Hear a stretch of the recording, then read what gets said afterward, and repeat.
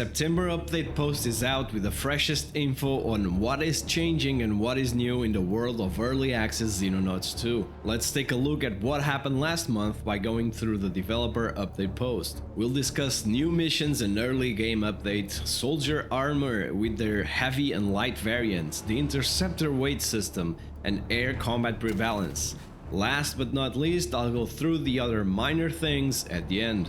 The last development update video I did was back in June. We had the early access release of the game on July 18th, and in both July and August, despite a lot of hotfixes and changes, fine-tuning and balance passes, there were no big development changes, features added, and so on. Therefore, I decided it was just best to skip it because I don't like wasting your or my time. Let's get to the good stuff. I'll start with the soldier armor and its variants. A handful of changes were made to the way soldier armor works, but only a single one made it through the playtesting and will eventually appear on this game. Do you know these ballistic plates you can drag to your soldier in order to increase his armor? Enjoy them while they last, since they're about to disappear. Instead, a checkbox that will toggle between a heavy or a light armor variant will take its place. Since there was no screenshot of it in the post, I'm guessing they will recycle, and you can't see me but I'm saying recycle with air quotes, the exact thing we currently have for our Mars unit, this checkbox right here. The reasoning behind this change is that it grants more flexibility to the player this way. You may or may not have encountered this situation. You have finally finished researching advanced armor, and after being able to manufacture it, now it's way too heavy for your awful soldiers to wear. By having this light/heavy armor toggle, the problem is managed. You get to choose if you want to go the heavy armor way or the light version of it, granting your soldiers more leeway.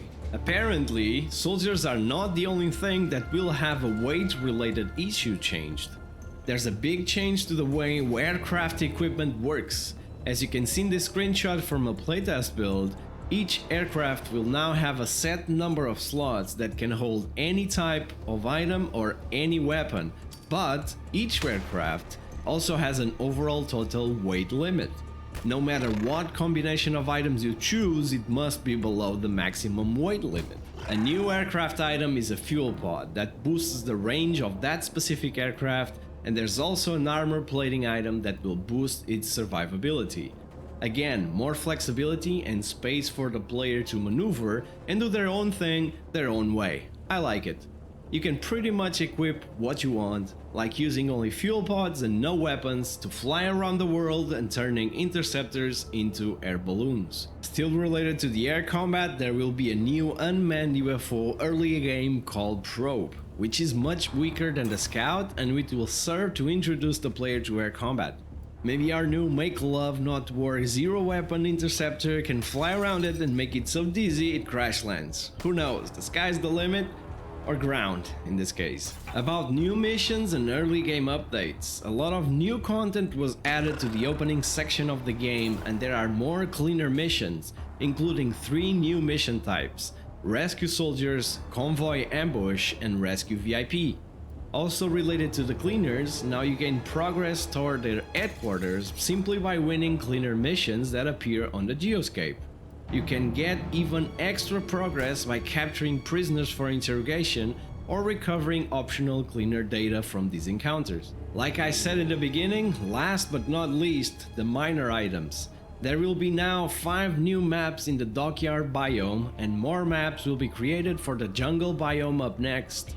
The effort to develop the foundations for modding tools continued, and a mods panel will soon appear in the main menu. This still doesn't make it possible to use this framework to create and use mods in the game, but it's a step in that direction and a great one to increase the longevity of the game. And this is what happened during the last month of development according to the developer post. As always, I'll leave the link for it in the description below the video, and while you're there, remember to hit that subscribe button.